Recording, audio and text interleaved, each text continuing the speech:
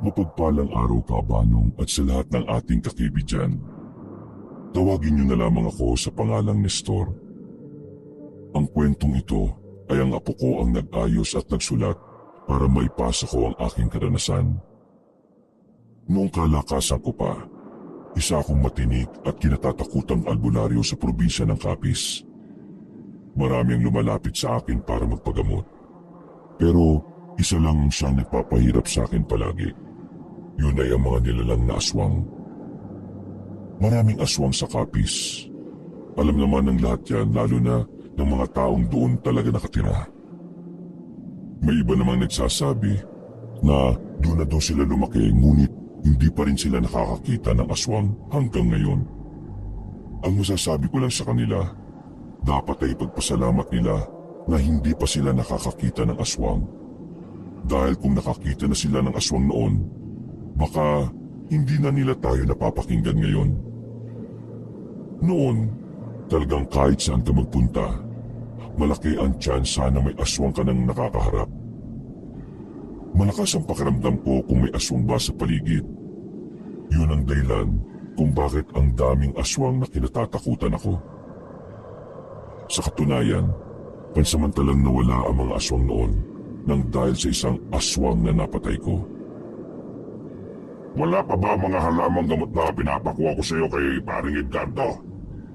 Wala pa nga tay. Ewan ko ba? Sabi ng mga taga roon, 2 araw na roon na hindi nakakabalik si Mang Edgardo sa bahay nila. Ano na kayo nangyari doon, no? Kilala ko yung si Edgardo. Bata pa lang kami, gala na ang taong yan.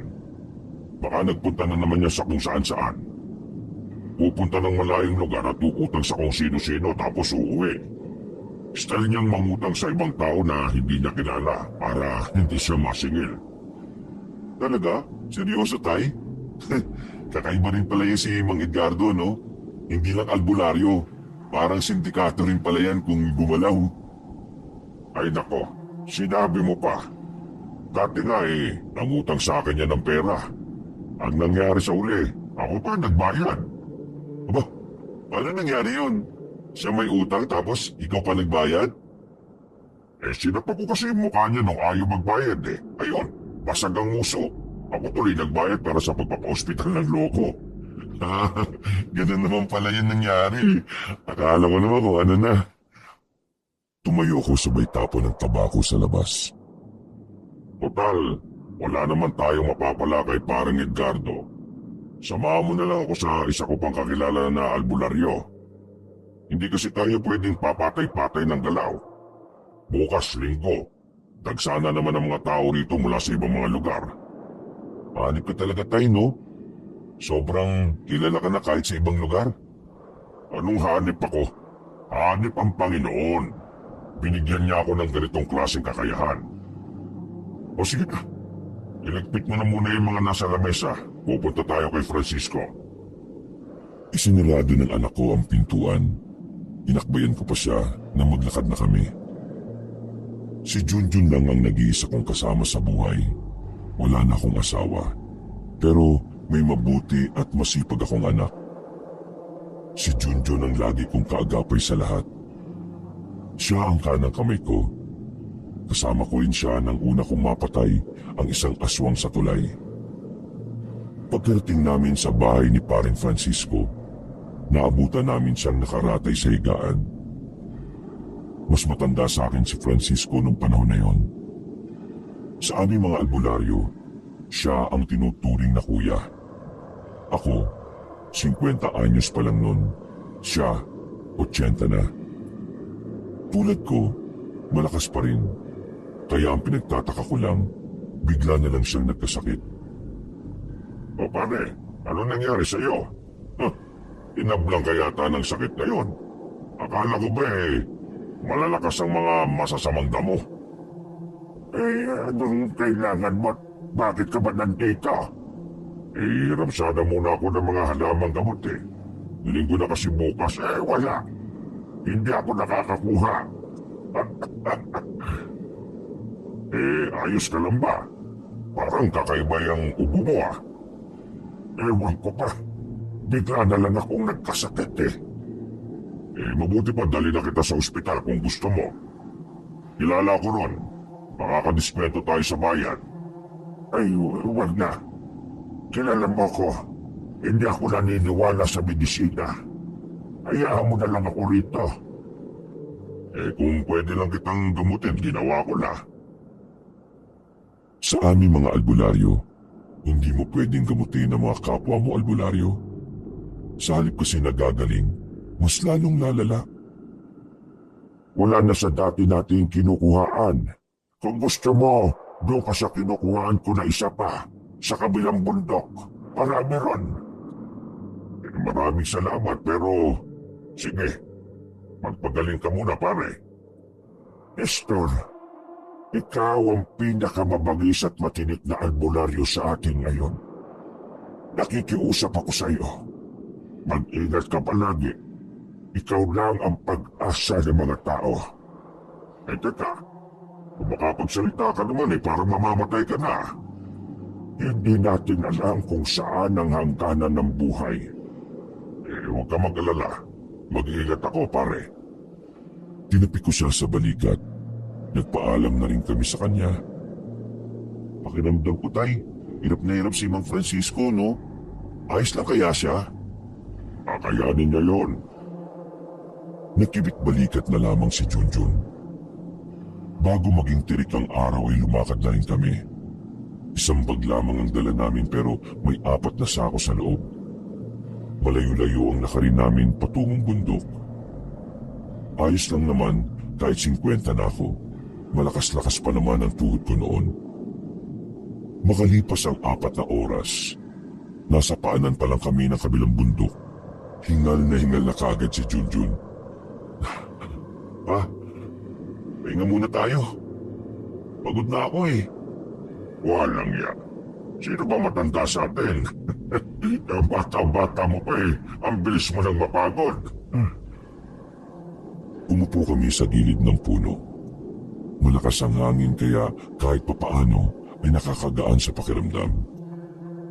Habang nagpapahinga kami, meron kami nakitang mga bakas sa katawan ng mga puno. Mga bakas ng kalmot. Tiningnan ko yun ng maigi. Napagtanto ko na gawa yun ng isang mabangis na aswang. Ay, bakit po? May problema ba? May aswang sa bundok na ito, anak. Mag-iingat tayo. Nakita ko agad ang pagbabago ng reaksyon ni Junjun. Halatang kinabahan din siya. Huwag ka matakot. Kasama mo naman ako, ano ka ba? Hindi naman ako natatakot, tay. Lalo na kapag kasama ko kayo. Ang inaalala ko lang paano kung pumunta pala sila sa baryo natin? Saan ba ako nakatira? Di ba sa baryo din natin? Bakit nakakabahan? Basta. Iba talaga ako tubko Huwag ka na mag-isip ng kung ano-ano. Masyado mo lang binabahala ang sarili mo Bumalik na rin kami sa paglalakad. Naging maayos naman ang paglalakbay namin. Hapon na nang marating namin ang kapatagan kung saan nakatanim ang mga pambihirang halamang gamot. Ayos pala dito, tay. Buti, nakakarating si Mang Francisco sa layo nito, no? Alam mo, anak, kami mga albularyo, kahit gaano kalayo, basta para sa panggagamot, kinakaya namin. Mahalaga sa amin ang buhay ng tao. Sandali kaming napatigil ng anak ko nang maramdaman kong may paparating. Nilapit ko si Junjun sa akin. Nakuha niya kagad ang mga senyas ko, kaya marahan na rin niyang dinukot ang itak niya. Ay, aswang yun? Oo, kaya ihanda mo ng sarili mo. Nakadapa lang kami ni Junjun. Lagpas tuhod ang mga halaman. Sapat na para makapagtago kami. Mga ilang sandali lang, natanaw na namin ang isang lalaking payat. Matangkad, mahaba ang buhok at walang damit pang itaas. Kita mo yan. Mukha lang nagdodroga yan pero laman loob ng tao dinadali niya. Dito ko lang anak, haharapin ko lang. Sige tay, bugbugin mo. Tuwang-tuwa na naman si Junjun ng mga sandaling yon. Gusto niya talaga akong makita na nakikipaglaban sa mga kakaibang nilalang. Ay aswang na mukhang lamok! Na 10 taon nang hindi nakakasipsip ng dugo! Mag-usap nga tayong dalawa! Tumingin siya sa akin. Pulang-pula ang mga mata niya at naglalaway.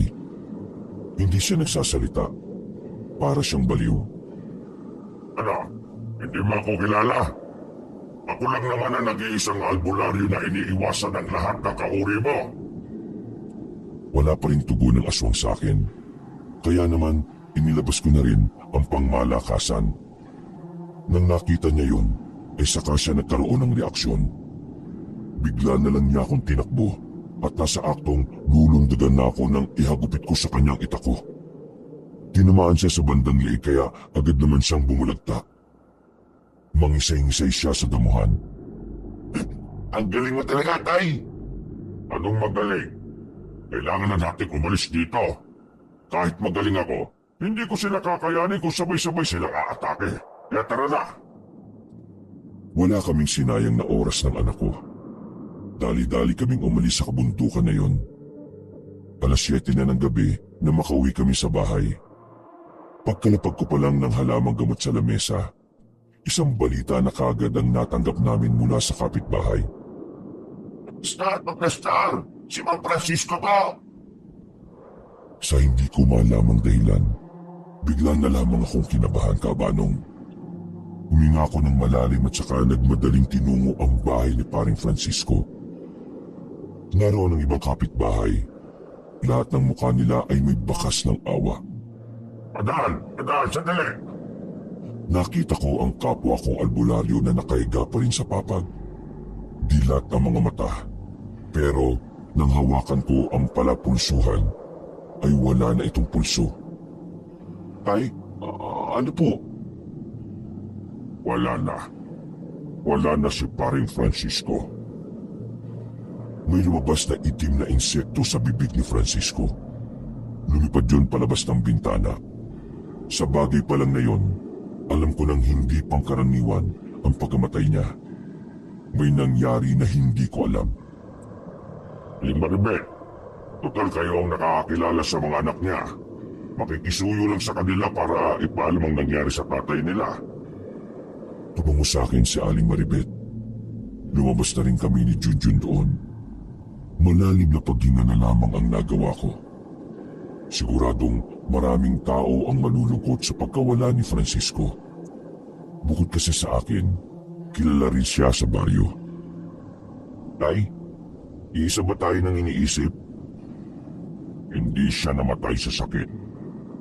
Pinatay siya ng aswang. Sinasabi ko na nga be. Mga aswang lang naman ang nakikita kong gumawa nito. Gumaganti na sila sa pagpatay ko sa kasamahan nila noon. Anong balak niya, Tay?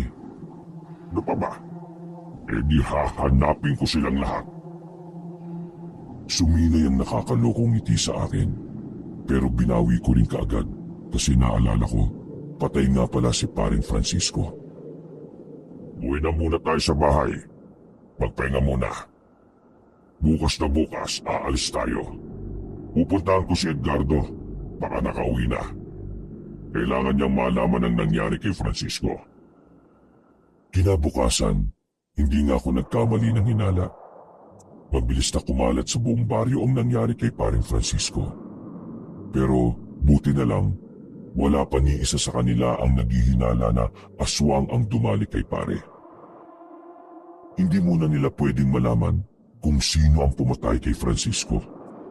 Kailangan maging kampante ang mga aswang na walang alam ang lahat. Naglakad na kami ng anak kong si Junjun patungo sa bahay ni Edgardo.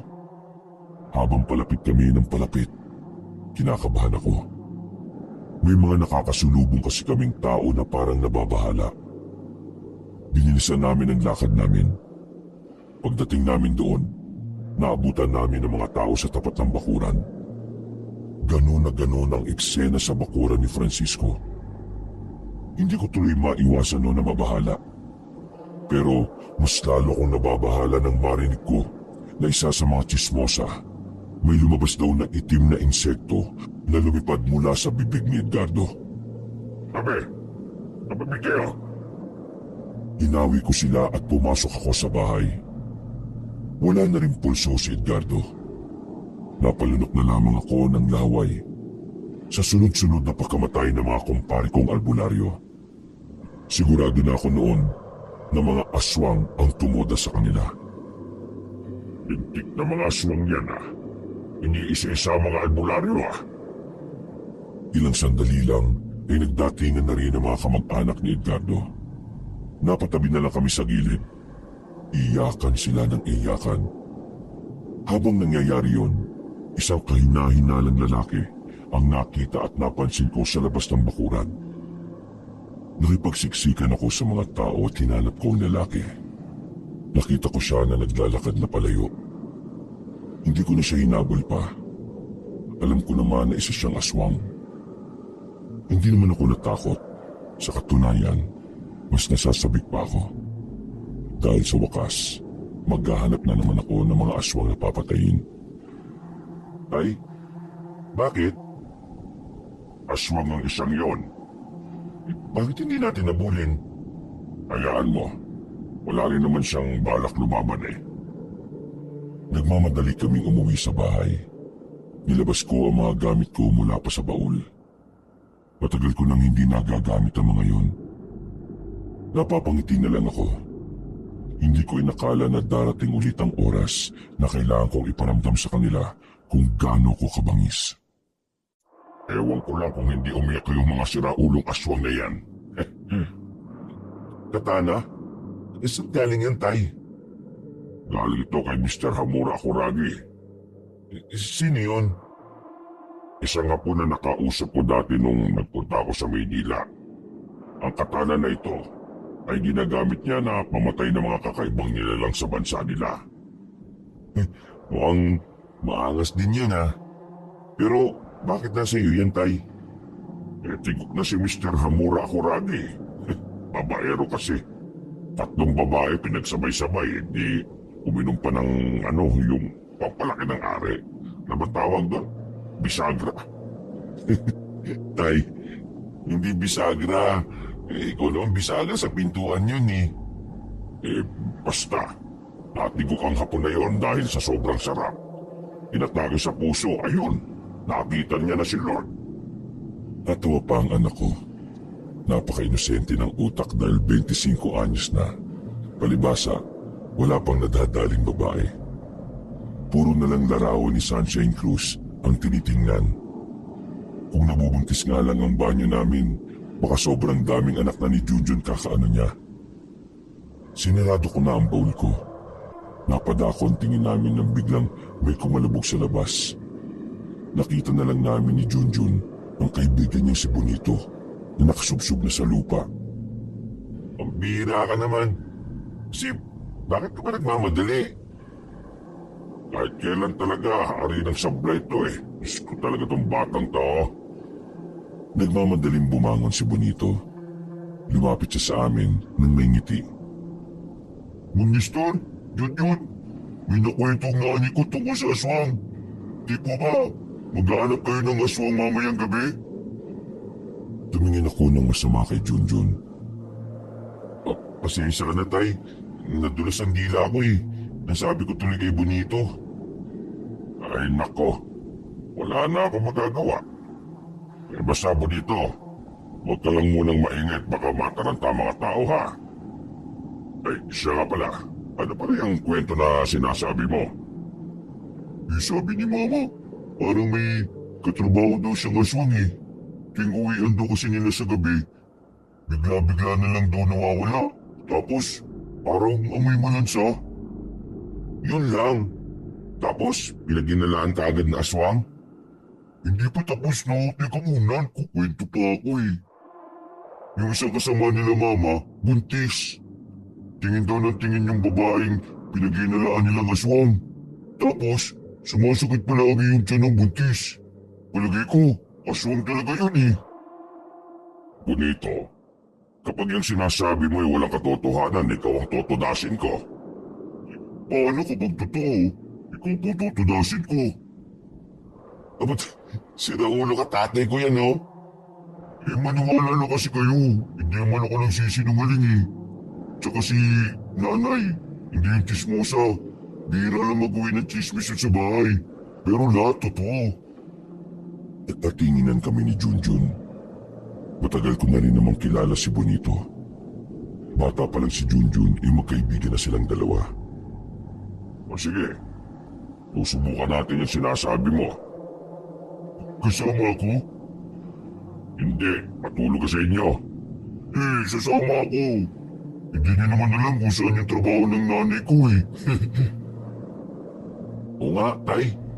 May punto naman doon si Bonito. Okay, sige. Sumama ka. Basta ayaw ko ng tatatanga ha. Una kong tinataga yung mga tanga kaysa sa aswang. Ayos. Napapailing ako. Minsan, napapaisip na lang din kung bakit sa dami ng pwedeng maging kaibigan ni Junjun. Kinaibigan niya si Bonito na hindi ko malaman kung matino o siraulo. Pagdating ng gabi, inanda na rin namin ni Junjun ang mga gamit namin. Yung katana ko ay isinukbit ko na rin sa likuran ko. Ibinigay ko naman sa anak ko ang panap. May palaso yun na ang dulo ay binabad sa bawang at asin. Oh, nasaan na yung kaibigan mo? Di ko alam dun. Ang sabi ko kanina, alas 7 dapat nandito na eh. Palis na kami nang makita namin paparating si Bonito. Ang daming nakakabit sa katawan niya na bawang. May dala-dala rin siyang itak. Di mo ba may tatago yung itak na yan? At saka, saan mo pinagkukuha yung bawang na yan? Baka mamaya paninda pa ng lola mo yan ha? Sasauli ko naman po kinabukasan mong story. Isa na ulo din pala itong taong to no? Tara na nga. Nauna na akong naglakad sa dalawa. Sumakay kami ng tricycle. Hindi naman kalayuan ang sinabi ni Bonito. Maya-maya lang, binaba na rin kami sa gilid ng kalsada. Madilim at matataas ang punong naroon. Ang bukod tanging may liwanag doon ay ang factory sa hindi kalayuan. Ayun na yung factory. Tara, lakarin na lang natin. Oo, teka. Alam mo ba kung ano yung kanang sinasabi mong pinaghihinalaan ng nanay mo na aswang? Napangiti ng pilit si Bonito sa akin. Huh? Ay Diyos ko, pambihira. Sige, ako nang bahala. Nararamdaman ko naman kung sino yun. Dito na lang tayo maghintay. Dito rin naman dumadaan yung mga trabador kapag labasan na nila eh. Lapit na yun. Hindi nga nagtagal. Lumabas na ang mga nagtatrabaho sa factory. Kasama na roon ang nanay ni Bonito, kaya bigla na lang siyang nagtago sa likuran namin. Isa-isa kong pinagmasdan ng mga dumadaan na tao. Pero nakasakay na lang sila ng tricycle ay wala naman akong naramdaman na kakaiba. Dito, wala na pala. Nasaan? Wala rin yung kasamaan nila nanay na buntis eh. Baka hindi pumasok. Hindi. Sabay sila kumalis si nanay kanina eh. Balik kayo. Baka nasa loob pa, kasama yung babaeng aswang. Kahit naiirita na ako ay sumunod na lang ako. Umikot kami sa likod ng factory. At hindi nga nagkamali si Bonito. Nandun ang dalawang babae. Isang buntis, isang hindi. Pinakinggan namin ang pinag-uusapan nila. Sumama ka na lang sa akin. Sinasaktan ka naman pala ng asawa mo eh. Kung sasama naman ako sa iyo, mas ano siyang magagalit. Akong bahala. Aalagaan kita. Isusumbong natin siya sa mga pulis kapag sinaktan ka niya. Sumama ka na sa akin. Ligtas sa pupuntahan natin. Tapos, sabay pa tayong papasok at sabay tayong uuwi. Hindi na nakatiis ang kalooban ko nang marinig ang ginagawa ng aswang. Dinukot ko ang katana ko at sumampa sa mataas na bakod sa pamamagitan ni Junjun at Bonito. Nagulat ang dalawang babae nang lumitaw ako. Lalong-lalo na ang babaeng aswang na nagpapanggap lang na tao. Ay, ikaw, buntis! Layuan mo yan! Nagtataka ang babaeng buntis. Hindi niya malaman kung ano ang sasabihin. Nang makasunod sa akin si Junjun at Bonito, hinila ang buntis palapit sa akin. Aswang ka! Ramdam na ramdam ko presensya mo! Walang ano-ano ay bigla na lang siyang nagbago ng anyo. Tatakas pa sana siya nang bigla ko siyang habulin at tagain. Natamaan ko siya sa hita. Tumumba ang babaeng aswang. Nilapitan ko siya at tinutukan sa leeg. Hindi kita papatayin kung sasabihin mo kung saan nagkukuta mga kauri mo. Tumawa lang ng tumawa ang babaeng aswang. Naubos agad ang pasensya ko kaya hinagupit ko siya sa leeg. Gumulong ang ulo niya at napatakip na lamang ng mga mata ang buntis. Ikaw, umuwi ka sa magulang mo kung sinasaktan ka ng asawa mo. Hindi yung sasama ka na lang sa kung sino-sino. Takot na takot na naglakad paalis ang babae. Agad din naman kaming sumampas, pader, dahil baka maabutan kami ng mga gwardya. Malas, hindi kinanta kung nasan yung mga kasama niya. Paano po kakanta? Pinatay niyo kaagad eh. Ayaw ko nang tinatawanan ako eh. Isa pa, ramdam ko na wala siyang balak na ilaglag yung mga kasama niya. Kulag talaga silang makitang lahat dahil uubusin ko sila. Napadukot na lang ako ng tabako sabay sindi. Uwi ka na sa inyo, Bonito. Tapos napapil mo rito. Maghanap pa kami ng ibang aswang. Sasama po. Huwag ka nang makulit. Uwi na. Tinutok ko sa kanya ang katana na hawak ko. Parang kulang na lang ay iihis siya sa salawal. Uy, tay, kalma. Hindi yan aswang, no? Sige na, umuwi ka na. Baka mapahama ka pa rito. Parang batang takot na naglakad paalis si Bonito. Kailangan ba talagang ganunin si Bonito, tay? Kailangan. Para hindi na siya magpumilit. Kasi sa mga susunod na sandali, nagkaroon ako ng kutob na mas mapanganib ang mararanasan natin, Junjun. Kaya, handa ka na ba? Handa na ako, tay. Basta kasama kita. Tumango lang ako kay Junjun. Inakbayan ko siya at nilisan na namin ang factory na yon. Nakabalik kami sa baryo namin. Pero pinasok na namin ng anak ko ang kagubatan. Madilim ang nadadaanan namin. Wala kaming ginamit na pampaliwanag. Para kung sakaling may aswang, hindi agad nila nalaman na may tao. Dumaan kami sa ilog. Malakas ang agos kaya todo ingat kami ni Junjun. Nang makatawid na kami sa kabila, ay pinayuko ko siya kaagad. Naramdaman ko kasi na may ibang presensya ang naroon. Pagtingin namin sa kabilang banda ng ilog, may mga babaeng naliligo. Hindi sila tinatangay ng agos dahil sa mga nakaharang na bato. Nagtago kami kaagad sa gilid. Tay, ang sisexy. Manahimik ka. Yan ka na naman sa kamanyakan mo eh. Mga aswang yan. Ha? Ay sayang. Di, patayin na natin. Wag muna. Hintayin natin silang matapos. Susundan natin sila kung saan sila uuwi. Tsaka ko na mas marami pang aswang ang naroon. Ayos. Makakanood muna ako ng mga sexy. Tumigil ka. Gagawin kong iniyo yung pututoy na ari mo. Andito tayo para pumatay ng aswang, no? Hindi para pagnasaan yung mga yan. Pasensya na tayo. Nilabas ko na naman ang tabako ko.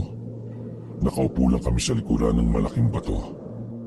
Naririnig pa namin ang mga kababaihan na tuwang-tuwa. Maharot sila na parang mga normal na babae lang. Napangisi na lang ako. Alam ko na kasi ang ganoong klase ng taktika. Nangaakit sila ng mga taong mapapadpad sa ilog. Sa halos kalahating oras na paghihintay namin, napansin na lang namin na nagbibihis na ang mga babae. Anak, maganda ka na. Sige po, tay. Habang naglalakad ang mga babae, palihim kaming sumunod sa kanila. Bawat hakbang, sobrang iniingatan namin. Masyado kasing sensitibo ang mga pandinig nila, lalo na ang mga babaeng aswang. Tay, kanina pa tayo nakabuntot dito. Walang hangganan yata ang destinasyon ng mga yan eh. Maging pasensyoso lang tayo. Maya-maya, makakarating rin tayo sa kanila. Dumaan pa ang ilang minuto. Nakita na rin namin ang parang isang baryo. Doon sila pumunta. Pagsilip namin, maraming nakatira. Isa lang ang ibig sabihin nun. Dumami na ang mga aswang. Kaya pala lumalakas na ang loob ng mga hayop kasi marami na sila. Hindi tumugon sa akin si Junjun sa tabi ko. Pagtingin ko sa kanya, nakahiga na siya. Naalarma ako kaya agad ko siyang inasikaso. Anak. Bigla na lang may mga naglabasang aswang mula sa dilim. Nasa 3 sila. Puro lalaki. Nakapako na lang sa liig ni Junjun na meron ng nakabaon doon na parang kasing laki ng pako. Anong ginawa niyo sa anak ko? Muli kong binunot ang katana sa likuran ko.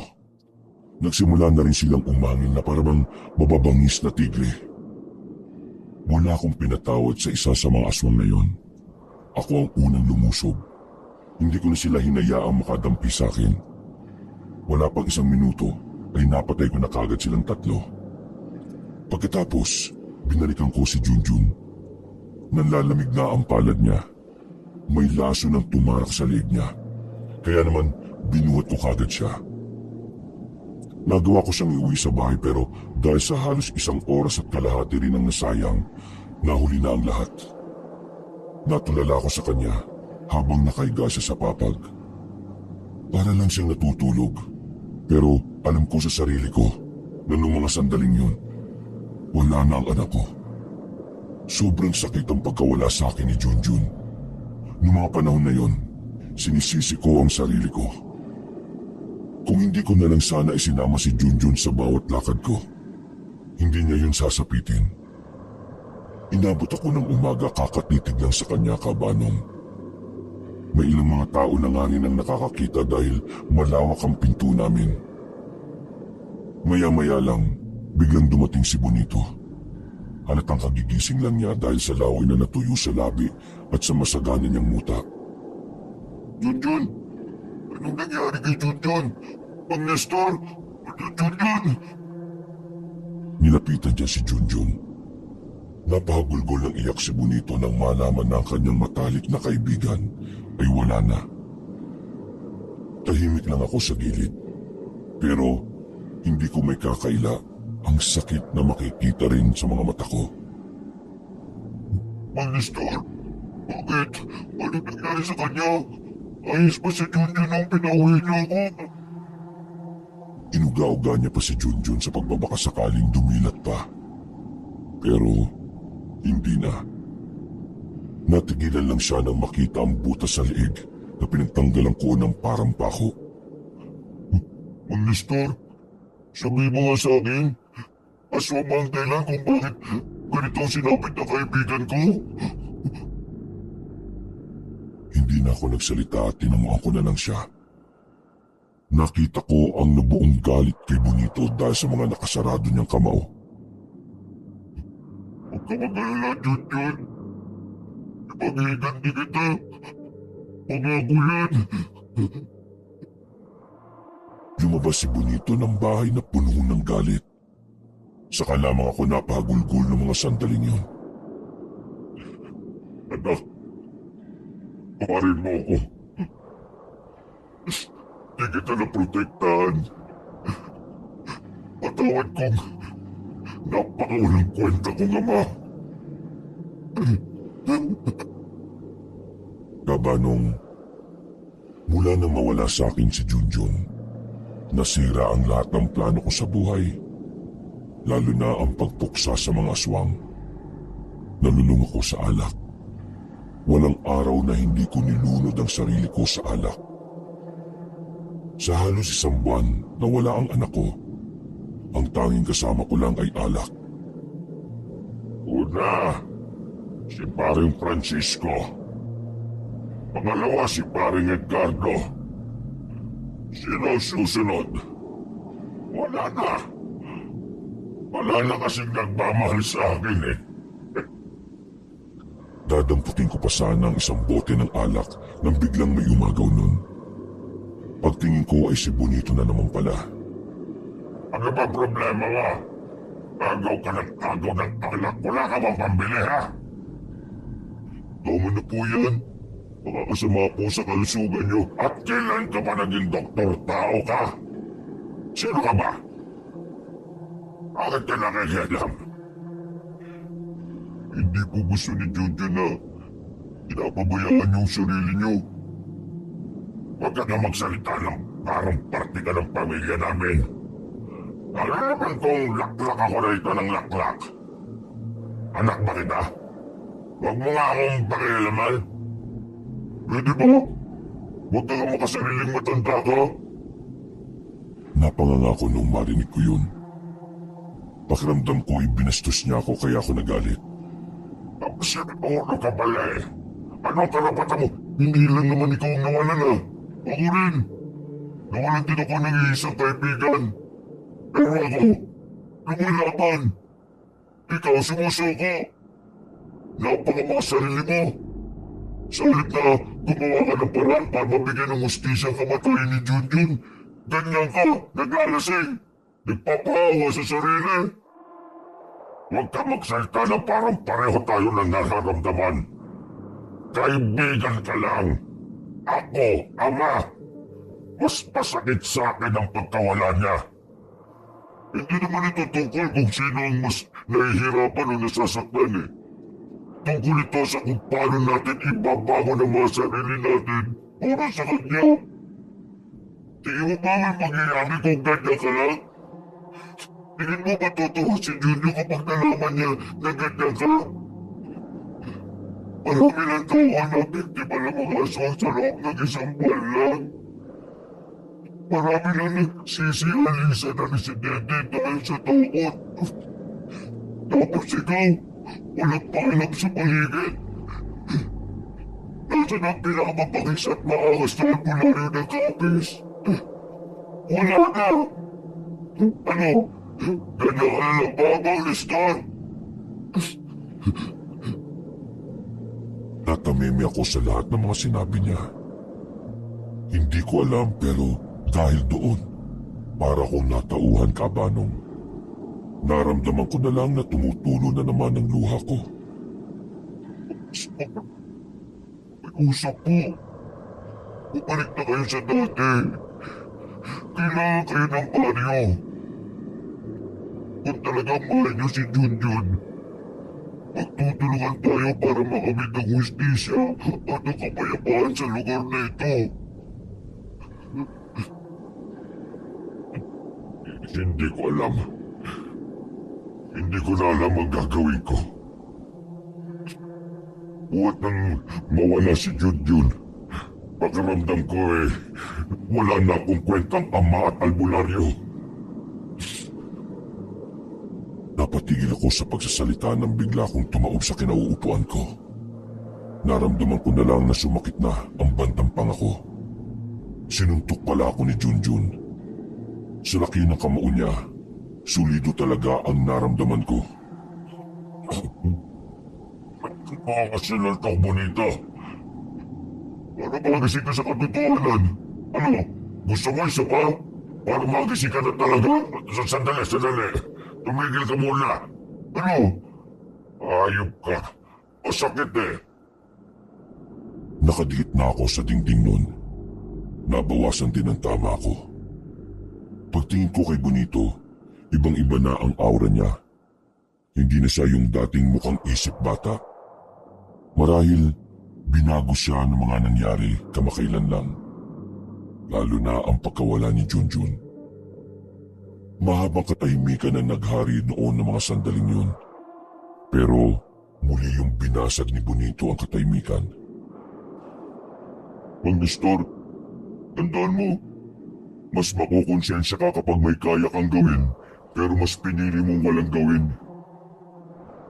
Iniwan ako ni Bonito sa magulo naming bahay.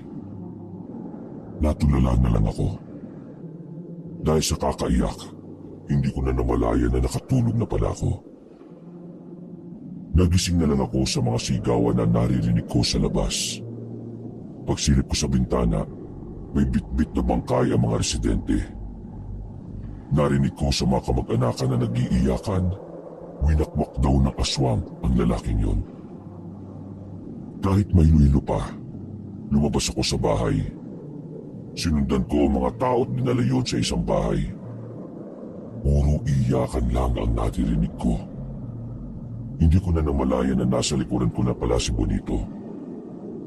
Sa loob ng isang buwan, parang naging normal na lang na may inuwing ganyan dito kada gabi o kada araw.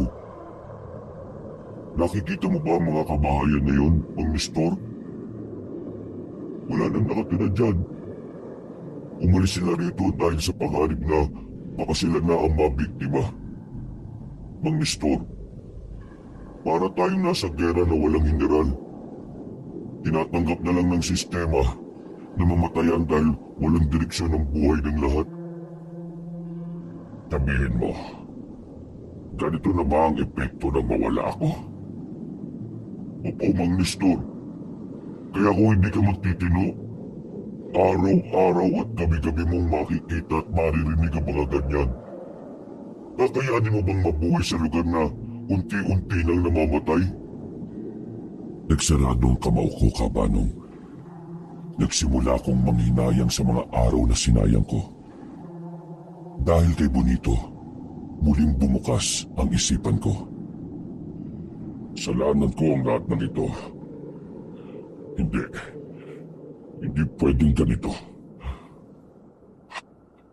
Bonito, mula bukas, samahan mo ko.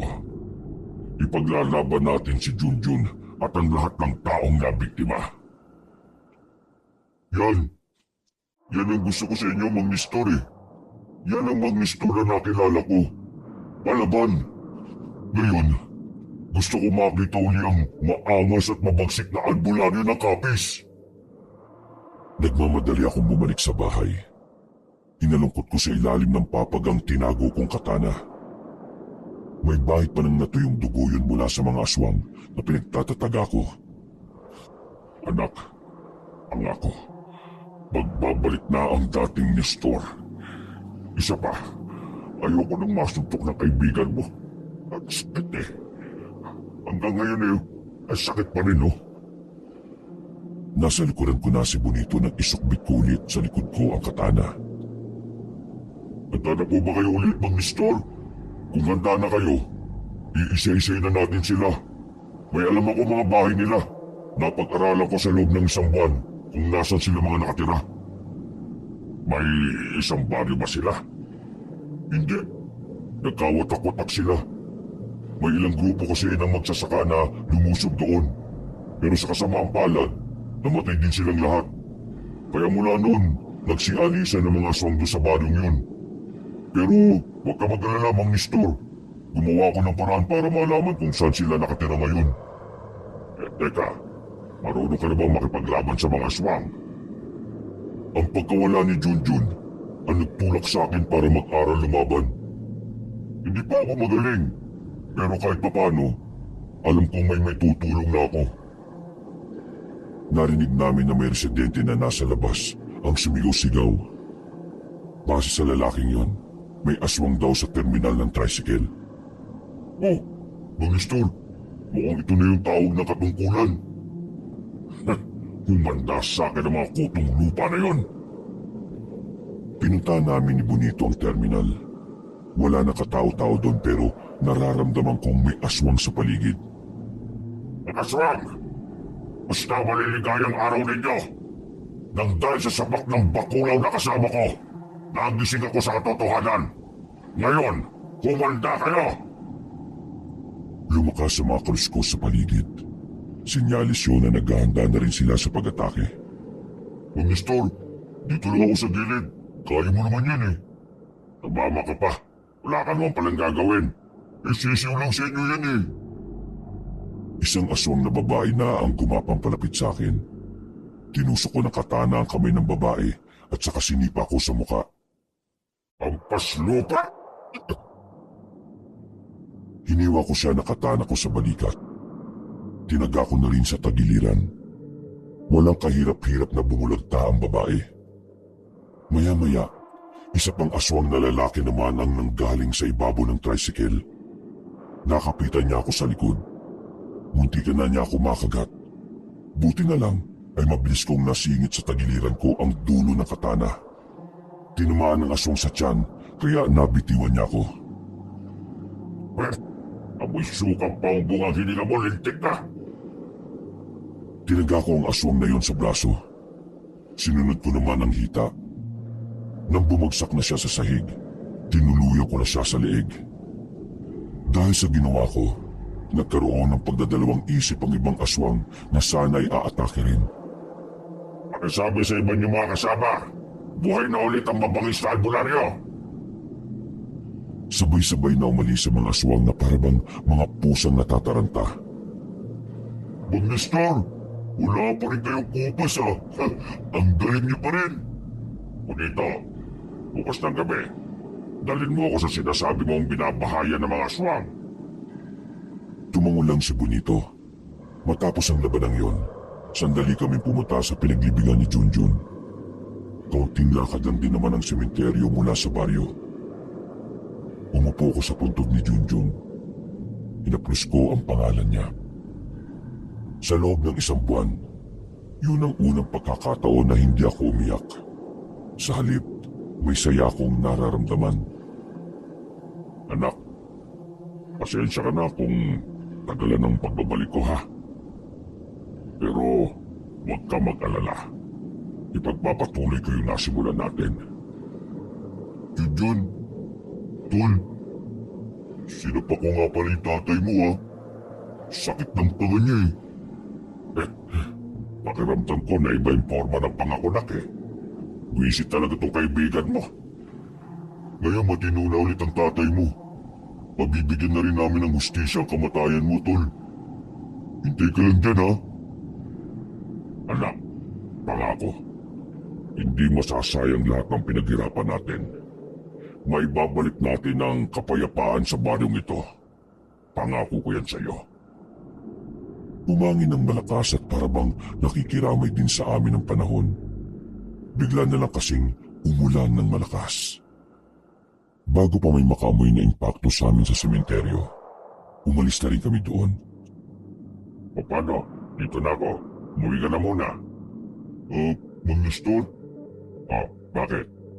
Pwede bang sa inyo na ako tumira? Ha? Bakit? Ayaw mo ba sa inyo?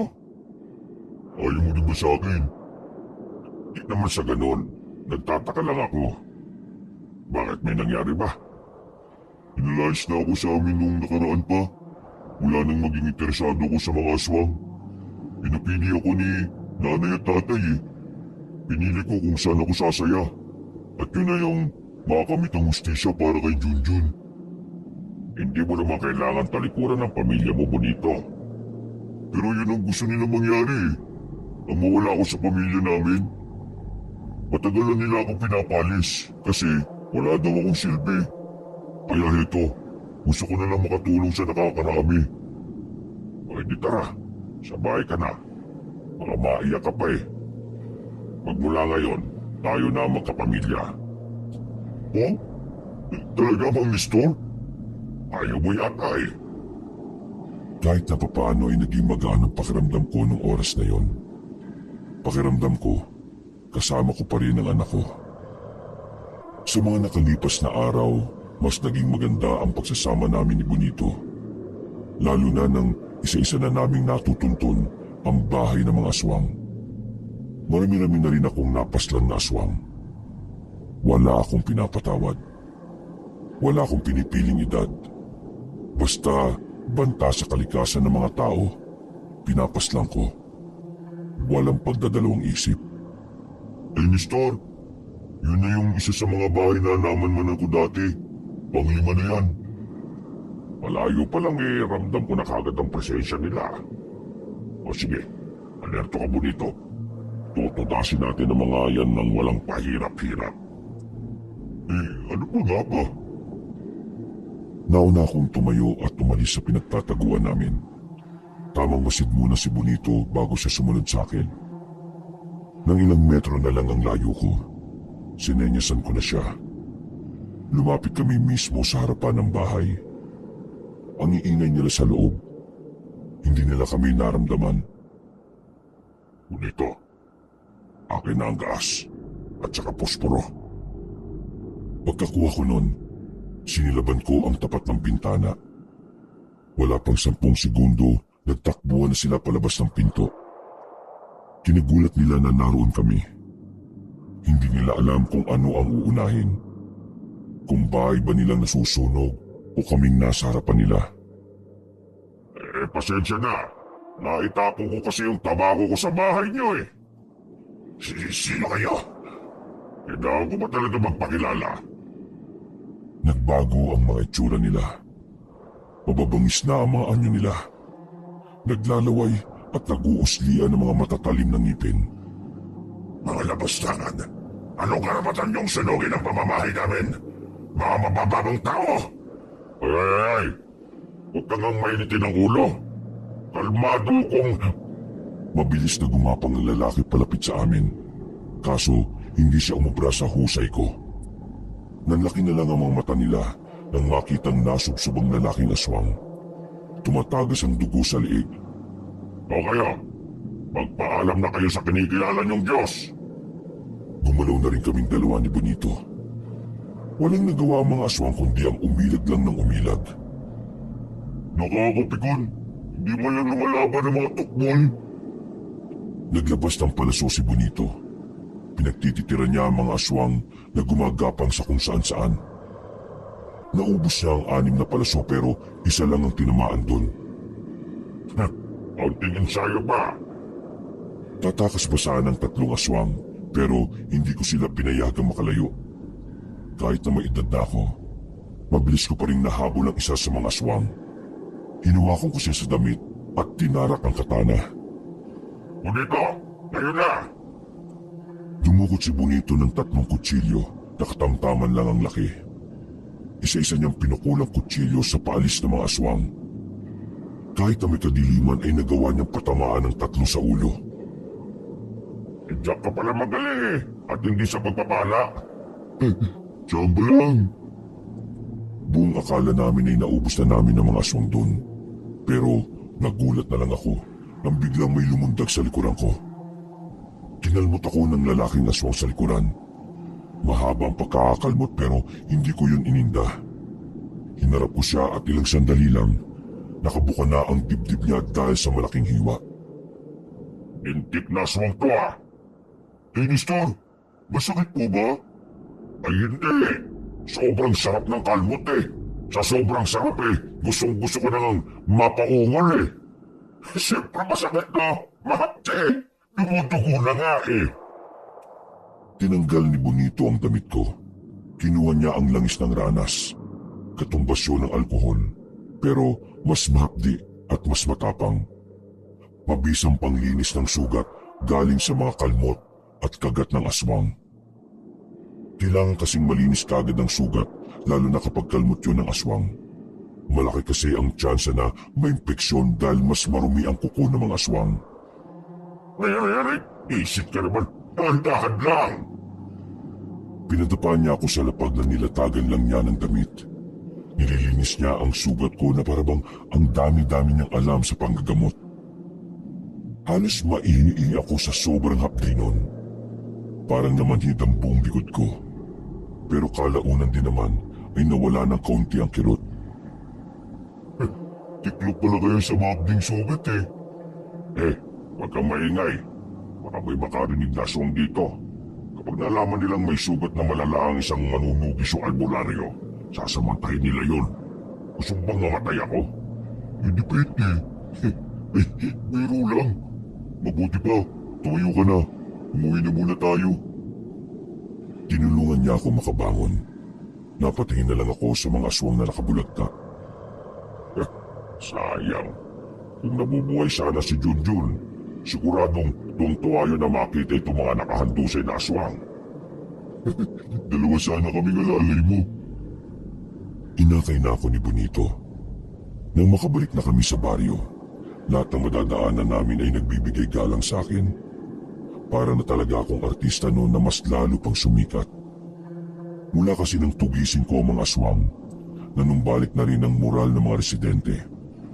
Hindi na sila gaanong natatakot sa tuwing lalabas sila ng bahay. Dahil alam nila na naroroon ako na poprotekta sa kanila. Hanggang sa makapasok na kami sa bahay, ay may mga nagbabanggit pa rin ang pangalan ko. Ay, Nestor, isang bahay na lang alam kong natitira na tinitira ng mga aswang. Sa palagay ko, kakaunti na lang din ang mga aswang na nandun eh. Huwag tayo magpakabante. Alam mo, yung mga nahuhuli, yung talaga yung nagdadala ng problema minsan sa laban eh. O sige na, bukas na lang natin isipin yun. Magpahinga na muna kayo. Ay, Nestor. Kasi, naatok na rin ako eh. Ay, sige na, mauna ka na. Hindi ako makakatulog nito sa hapdi ng sugat ko eh. Nauna nang makaidlip si Bonito. Ako naman ay nakatagilid lang at malalim ang iniisip. Naudlot ang pagmumuni-muni ko nang biglang marinig ko ang tinig ni Junjun sa labas. Tinatawag niya ako. Noong una ay nakala kong nananaginip ako. Sinampal-sampal ko na muna ang mukha ko, pero totoo pala ang naririnig ko. Marana kong tumayo kahit na nahihirapan. Ay! Buksan mo itong pinto! Buhay ako! May kakaibang saya ang naramdaman ko noon. Kahit na alam kong malabo, umasa pa rin ako na sana nga ay si Junjun yun.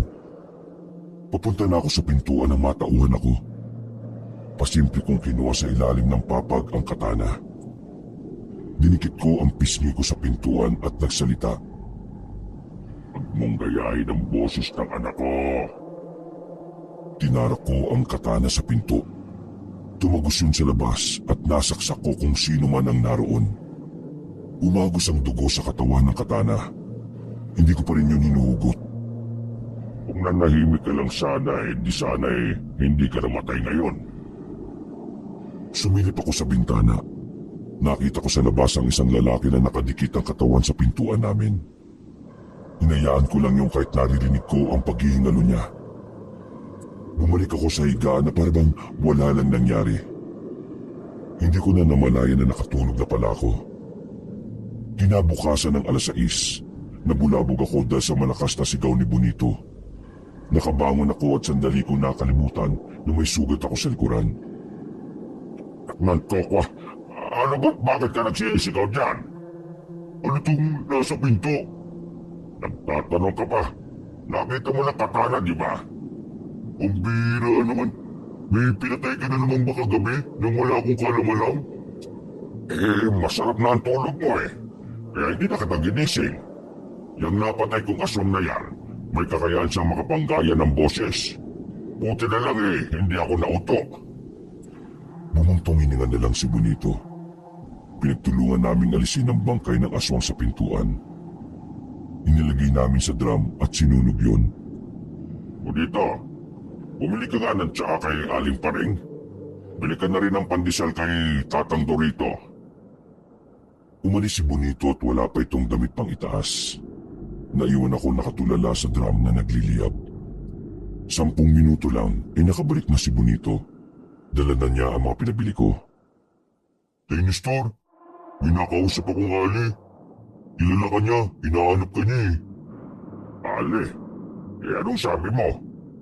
Sabi ko wala ka. Naisip ko kasi na baka magpapagamot. Di ba wala ka sa wisyo mong gamot ngayon? Typical na customer lang. Pero weirdo eh. Parang kilala ka niya. Ano bang itsura? Parang kasing tanda mo rin. Puti na rin konti yung buhok. Tapos, ang sabi niya, matagal na raw kayong hindi nagkikita.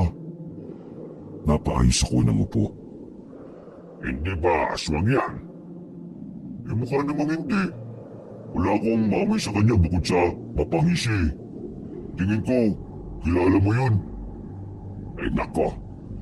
Baka nagpapanggap lang na customer pero isa pala sa mga inutangan ko. Natawa na lang si Bonito sa akin. Pero ang totoo, may kakaiba akong nararamdaman. Lumipas sa maghapon at naganda na rin kaming dalawa ni Bonito. Yun na ang huli naming lakad para puksain ng mga natitirang aswang. Bonito, ito na ang huli. Pagkatapos ito gusto ko ayusin mo ulit ang sarili mo, ha? Ayusin?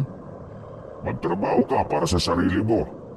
Huwag mo masyadong ikulong ang sarili mo sa ganitong gawain. Kailangan mo ring magkapamilya. Sumang-ayon naman si Bonito sa sinabi ko. Nakita ko ang biglang pagbabago ng reaksyon niya. Kita sa mukha niya ang lungkot dahil sa ginawang pagtakwil sa kanya ng kanyang pamilya. Bago kami umalis ng bahay, dumaan muna kami saglit sa puntod ni Junjun. Nagtaka kami dahil mayroong bagong bulaklak na nakalagay doon. Napasuyod tuloy kami ng tingin. Wala naman kasing ibang pwedeng maglagay ng bulaklak doon, kundi kami lang ni Bonito. Nestor, sariwa pa yung bulaklak oh. Ibig sabihin kalalagay lang nito. May isa pang tao na nagmamahal kay Junjun. Pero wala akong ideya kung sino yon. Hindi kaya may kasintahan si Junjun pero hindi lang natin alam? Kilala ko si Junjun. Lahat ng natitipuan niya ay sinasabi niya sa akin. Hindi siya naglilihim pagdating sa mga ganong bagay, no? Hindi mo rin masasabi, Nestor. Alam mo naman na may pagkamanak yung anak niyong yun eh. Ay nako, kung sino man siya, sana tulad natin matanggap na rin niya ang pagkawala ni Junjun. Ay teka, mukhang kailangan na natin umalis. Kakagat na ang dilim eh. Lumakad na rin kaming dalawa ni Bonito. Malayo-layo ang lalakbayin namin sa gabing yon dahil sa kabilang bundok pa ang huling bahay na pupuntahan namin. Yung bundok na pupuntahan natin, yun yung bundok na sana'y aakitin namin ni Junjun noon.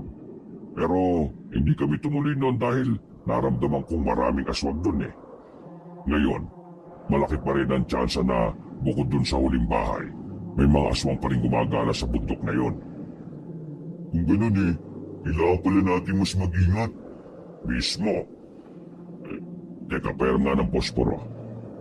Binigay niya sa akin ang posporo at sinindihan ko naman ang tabako ko. Wala pa kami sa paanan ng bundok, ay may mga nagpaparamdam ng aswang. Binagala namin ang lakad namin. Makailang beses kaming tumingala. Nakita namin ang isang taong may malapad na pakpak. Pabalik-balik lang siya sa ere. Para bang alam niya na rin na naroon kami noong mga oras na yon. Kakaibang aswang to Hindi to gaya ng mga aswang na nakakalaban natin. Teka, paano kakaiba? Sabi ni paring Francisco dati, may mga aswang na galing Guimaras na nagpunta rito. Ang mga aswang na yun hindi pa tukoy ang uri. Yan, parang tik-tik lang naman yun Tik-tik nga, pero hindi natin alam kung ano pa yung isa niyang uri. Malalaman natin kapag nakaharap na natin siya. Umalis na Lumipad na palayo ang aswang. Tumayo na rin kami ni Bonito at sinundan namin kung saan siya pupunta. Kaso, wala pang ilang minuto, nawala na siya sa paningin namin. Kinutuban na ako kaya hindi na namin ipinagpatuloy ang pagsunod. Nanatili lang muna kami sa kinalalagyan namin. Bonito, hila! Hinawi ko si Bonito nang makita naming nasa likod umatake ang aswang na may pakpak.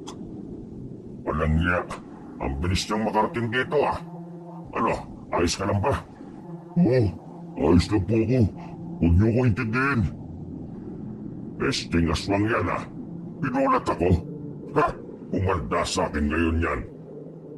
Dinukot ko na kagad ang katana sa likuran ko at winasiwas. Tumabas ka dyan! Para ang walang bayag at tago-tago ka pa? Kung tunay na mabangis ka, may lumaba ka ng patas! Maya-maya lamang ay mabilis na pumunta sa likuran ko. Hinawakan ako sa damit at binalibag ako sa mga makakapal na ugat ng puno. Duwag! Pweset! Iniinis ka lang yata, Nestor. Kaya kumalma ka lang. Kailangan natin umalis dito. Lugi tayo sa dilim Umarap tayo ng wala masyadong puno para sa liwanag ng buwan. Mabilis kaming tumakbo paalis. Ramdam ko na humahabol pa rin sa amin ang aswang noon. Nang makarating na kami sa sakahan, doon na ako ginanahan. Dito, tignan natin kulit mo rito. Maigpit ang hawak ko sa katana. Nakita na lang namin siyang palapit sa amin habang pumapagaspas ang pakpak. Ako na munang bahala rito, Tay Nestor. Pinagtititiran ni Bonito ng pana ang aswang. Pero sa lahat ng aswang na nakalaban namin, yun lang yata ang may utak. Ang galing niyang umilag. Hindi makatama si Bonito. Medyo malayo sa akin si Bonito dahil atras siya ng atras. Kaya na makalapit sa kanya ang aswang, hindi ko rin sila agad naabot. Nahiwa ng kuko ng aswang si Bonito sa dibdib. Bumagsak siya ng dahil doon. Huwag niyo ako intindihin. Yung aswang lang. Dala ko naman ang ranas eh. Ay, mahina ka pala eh. Tumayo ako tinarap ang aswang. Ako ang harap sa'yo. Malambot pa yung kasama ko. Kasing lambot ng tutoy ng sanggol. Bumaba ang aswang sa lupa. Mas matangkad siya sa akin at di hamak na mas malaki ang katawan. Yan! Yan ang gusto ko, pumapalag. Tumakbo ko palapit sa kanya. Paghataw ko ng katana, nahawakan niya ang kamay ko. Nagawa niyang salagin nang walang kahirap-hirap ang kamay ko. Hanggang sa parang dinudurog na niya ang kamao ko. Kaya naman naisipan ko nang gumamit ng pandaraya. Dinukot ko sa bulsa ko ang pinigaang sibuyas na nalagay sa plastik. Pinisit ko sa mukha niya yon, kaya niya ako nabitiwan. Ikaw may iyak. Paggewang-gewang siya sa sobrang sakit ng mata niya. Nangatawin ko siya ulit, ay bigla siyang umangat sa ere. Tingnan natin kung makalipad ka pa. Tumukot ako ng 2 punyal sa tagiliran. Pinukol ko yun patungo sa magkabilang pakpak ng aswang. Bumagsak siya ulit sa lupa. Sinamantala ko na ang pagkakataon para muling umatake. Malakas kong tinarak ang katana sa dibdib niya. Akala ko mamamatay na siya dahil tumagos pa ang katana hanggang sa likod niya. Pero tumayo lang siya ulit at tinawakan ako sa balikat. Kahit hindi siya makakita na maayos, nagawa niyang pisilin ang balikat ko. At yung kabila naman niyang kamay ay dinakma ang katana. Ako, kung minamalas ka nga naman ah. Ibinuka ng aswang ng malapad ang bibig niya. Maging ako nagulat din kasi parang kakasya doon ang ulo ko. Sasakmali na sana niya ako nang biglang may ginawa si Bonito. Biglang napatras na naman ang aswang. Pagtingin ko kay Bonito ay patawa-tawa pa siya. Mang Nestor, sa tinador pala ako magaling, hindi sa bana eh. Sira ulo, tumatawa ka pa? Bago pa makabalik sa katinuan ng aswang, inagupit ko na ng katana ang kanyang liig. Matigas ang liig ng loko kaya 3 beses ko itong inulit-ulit. Kalaunan, bumulagta na rin ang aswang.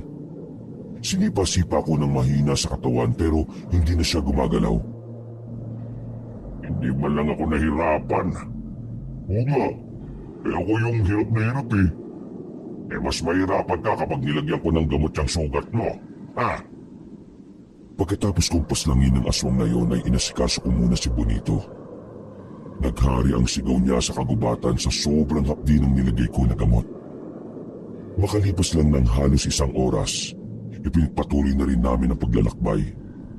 Ano? Kaya mo bang maglakad? Bakit naman hindi? Paano man ang pinalalakad ko, hindi naman dibdib eh. Habang tumatagal, nagiging siraulo ka talaga, ano? Ganun talaga kapag komportable na. 1 oras pa ang dumaan at nakita na rin namin ang bukod tanging bahay na nasa gilid ng sakahan. Kahit hindi pa kami lumalapit, ramdam at amoy ko na ang mga aswang na nasa loob. May kalakihan ang bahay, kahit nagawa lang yun sa kahoy. Kaya naman siguradong marami sila sa loob. Ano? Nalugin na lang natin. Wag, naamoy nila yung gas. Hindi naman niya katulad ng mga tangang aswang na nasunog natin. May nararamdaman ako na parang isa sa kanila mabangis. Kaya lumapit tayo, dahan-dahan. Tara. Bago kaming tuluyang makalapit ay siniguro namin walang nakakakita sa amin. Sinamantala namin habang parang abalang-abala ang mga tao sa loob. Papasukin na sana namin ang bahay nang biglang may lumabas na aso.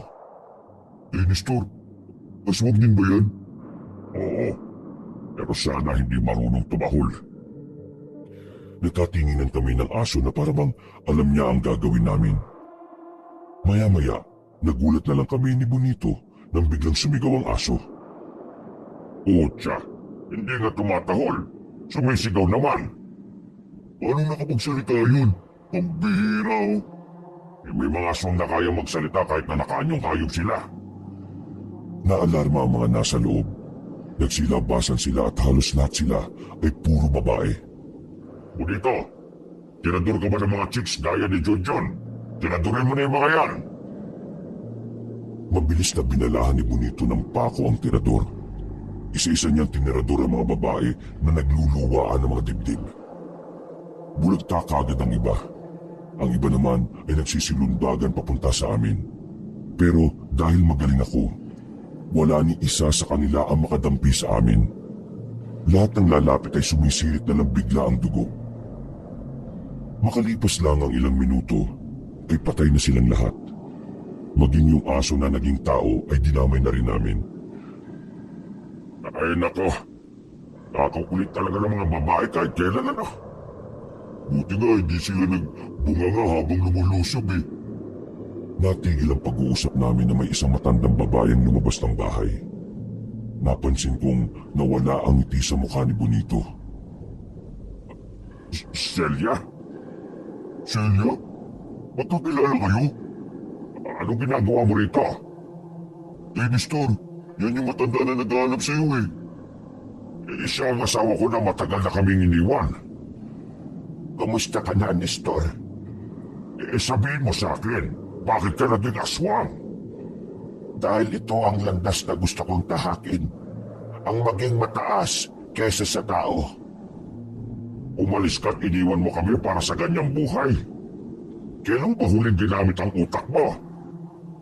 Nestor, ang maging tao ay isang pagiging alipin ng lipunan. Bakit hindi mo na lang ako samahan? Anahimik ka. Mga aswang ang dahilan kung bakit namatay si Junjun. Tapos gusto mong sumama ako sa'yo? Isa kang malaking tanga. Paano mo nagagawang sikmurahin na maging kagaya nila samantalang sila rin ang pumatay sa anak natin? Kapalaran ni Junjun nang mawala sa mundo. Ganon ang kapalaran ng mga tao. Ang maging mababa kaysa sa mga aswang. Ikaw, Nestor, ang dahilan kung bakit siya nawala. Hindi ang mga aswang. Kaya masasabi kong tama lang na maaga siyang nawala. Kesa naman gamitin mo siya laban sa akin balang araw. Napakawalang hiya mo talaga, Celia. Walang konsensya. Napakasama mo. Pagbabayaran mo ang pag-iwan mo para dyan sa gusto mo. Papatunayan ko sa iyo na kamatayan ang dulo ng kapalaran na tinahak mo. Nasa akto nga atake na ako nang may pahabol pa siyang sinabi. Mahal pa rin kita. Natigilan ako nang marinig ko yun. Mahal pa rin kita, Nestor. Marahil nakalimutan ko na ang maging mabuti. Pero ang pagmamahal ko sa iyo ay nandito pa rin.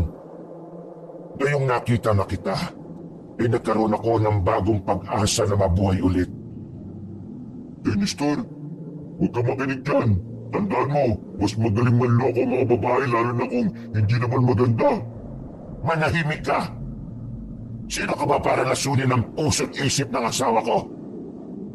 Nestor, halika. Magsama tayong dalawa. Alam kong matagal ng pangarap ni Junjun na makumpleto tayo. Dahan-dahan akong lumapit sa kanya at ibinaba ko ang aking katana. Nestor, umising ka! Nililigla ka niya! Diyos ko naman oh!